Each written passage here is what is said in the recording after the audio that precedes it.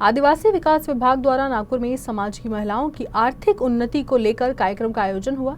रानी दुर्गावती महिला सबलीकरण कार्यक्रम में केंद्रीय मंत्री नितिन गडकरी की उपस्थिति रही।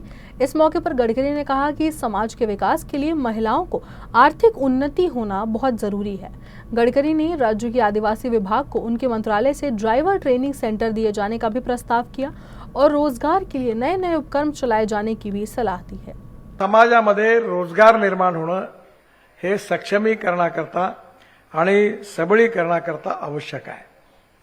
चांगले संस्कारही मिळाले पाहिजे, चांगलं शिक्षण, चांगलं कौशल्यही त्यांना मिळालं पाहिजे आणि त्याचबरोबर त्यांना विशेष करून या सगळ्या कामामधून यातून ट्रेन केल्यानंतर त्यांना आयुष्यभर रोजगार मिळाला पाहिजे।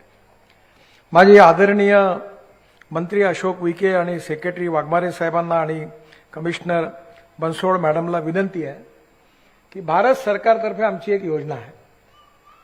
आपल्या देशामध्ये 22 लाख ड्रायव्हर्सची कमी आहे आणि आज आपण ड्रायव्हिंग ट्रेनिंग स्कूलची योजना आहे। मी आपल्या महाराष्ट्रात आतापर्यंत 25-30 ड्रायव्हिंग ट्रेनिंग सेंटर दिले आणि आता देशामध्ये 250-300 झाले। आम्हाला 4000 ड्रायव्हिंग ट्रेनिंग सेंटर उघडायचे आहेत।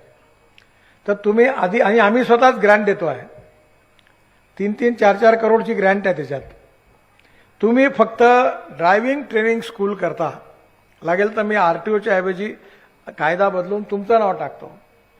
तुम्ही आदिवासी विभागामध्ये देवलापारमध्ये, गडचिरोली, सिरोंचा, एटापल्ली, अहेरी केवळ आदिवासी तालुक्यामध्ये ड्रायव्हिंग ट्रेनिंग सेंटर उघडा आणि आदिवासी मुलांना ड्रायव्हिंग ट्रेनिंगचं मुलींना आणि मुलांना तुम्ही ट्रेनिंग द्या।